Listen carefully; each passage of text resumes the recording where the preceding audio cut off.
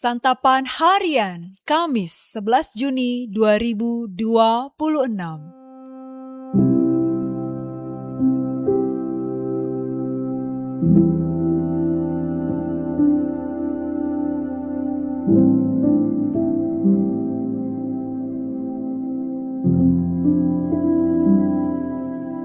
Inilah program Santapan Harian, sebuah program yang mengajak Anda menelusuri isi Alkitab, agar Anda menemukan makna firman Tuhan sesuai dengan konteksnya.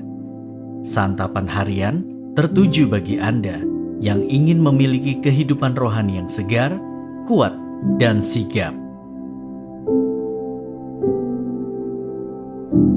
Hari ini kita akan membaca 1 Korintus pasalnya yang ke-15, ayat 35 hingga ayatnya yang ke-58. Namun kita akan membacanya pada ayat ke-50 hingga ayatnya yang ke-58. Sebelumnya, mari kita berdoa. Ya Bapa, saat Alkitab dibuka, bukalah juga hati kami untuk belajar. Ajarlah kami memahami maksud-Mu dengan rendah hati.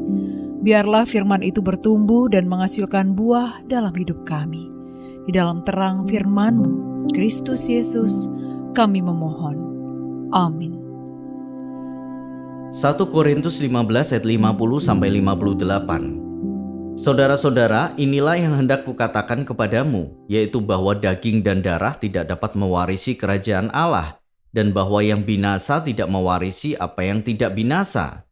Sesungguhnya aku menyatakan kepadamu suatu rahasia, kita tidak akan mati semuanya, tetapi kita semuanya akan diubah dalam sekejap mata pada waktu bunyi nafiri yang terakhir. Sebab nafiri akan berbunyi dan orang-orang mati akan dibangkitkan dalam keadaan yang tidak dapat binasa, dan kita semua akan diubah. Karena yang dapat binasa ini harus mengenakan yang tidak dapat binasa, dan yang dapat mati ini harus mengenakan yang tidak dapat mati. Sesudah yang dapat binasa ini mengenakan yang tidak dapat binasa, dan yang dapat mati ini mengenakan yang tidak dapat mati, akan digenapi firman yang tertulis, maut telah ditelan dalam kemenangan. Hai maut, di manakah kemenanganmu? Hai maut, di manakah sengatmu?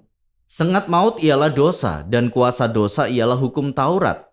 Namun syukur kepada Allah yang telah memberikan kepada kita kemenangan melalui Tuhan kita Yesus Kristus. Karena itu saudara-saudaraku yang terkasih, berdirilah teguh, jangan goyah dan giatlah selalu dalam pekerjaan Tuhan. Sebab kamu tahu bahwa dalam persekutuan dengan Tuhan, jerih payahmu tidak sia-sia.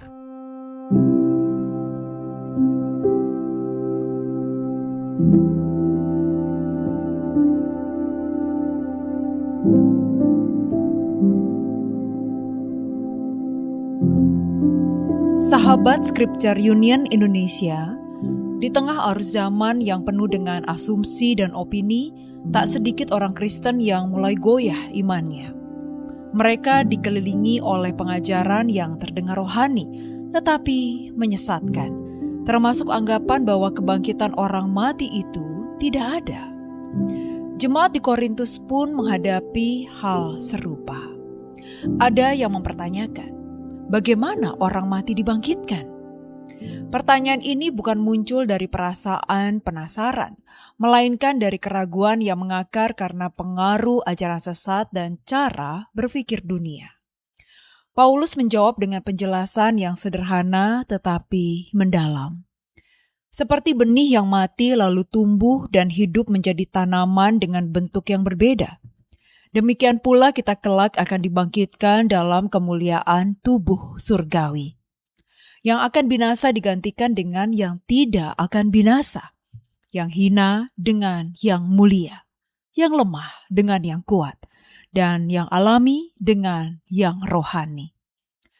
Inilah pengharapan orang percaya, yaitu kita tidak akan berakhir di kubur, melainkan akan mengalami kemenangan karena kebangkitan Tuhan kita Yesus Kristus. Hanya saja pengharapan ini tidak secara otomatis membuat kita menjadi kebal dari pengaruh dunia. Paulus dengan tegas berkata, pergaulan yang buruk merusakkan kebiasaan yang baik. Kita harus berhati-hati dengan siapa kita membangun hidup kita. Tidak semua komunitas membangun iman dan tidak semua pembicaraan rohani berakar pada kebenaran. Oleh karena itu, Paulus menasehati kita untuk berdiri teguh, tidak sampai goyah, dan selalu giat. Kita perlu menanamkan kebenaran firman dalam hati, menjauhkan diri dari ajaran yang menyesatkan, dan mencari komunitas yang memperkuat iman. Kebangkitan Kristus bukan hanya fakta sejarah, melainkan dasar pengharapan kita. Mari kita menjaga kekudusan, tekun melayani Tuhan, dan setia berpegang pada Injil sejati. Percayalah, iman kita tidak sia-sia, karena yang kita imani adalah Kristus yang hidup dan berkuasa untuk mengubahkan kita ke dalam kekekalan. Mari kita berdoa.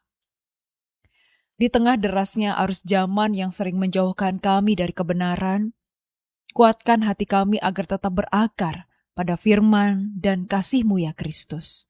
Jangan biarkan kami mudah terbawa oleh suara dunia yang fana, tetapi tuntunlah kami berjalan dalam hikmat dan terang-Mu yang kekal. Mampukanlah tekad kami untuk tetap setia menjadi saksi kasih Kristus, meski dunia terus berubah dan berganti arah. Di dalam kasih-Mu Yesus, kami memohon. Amin.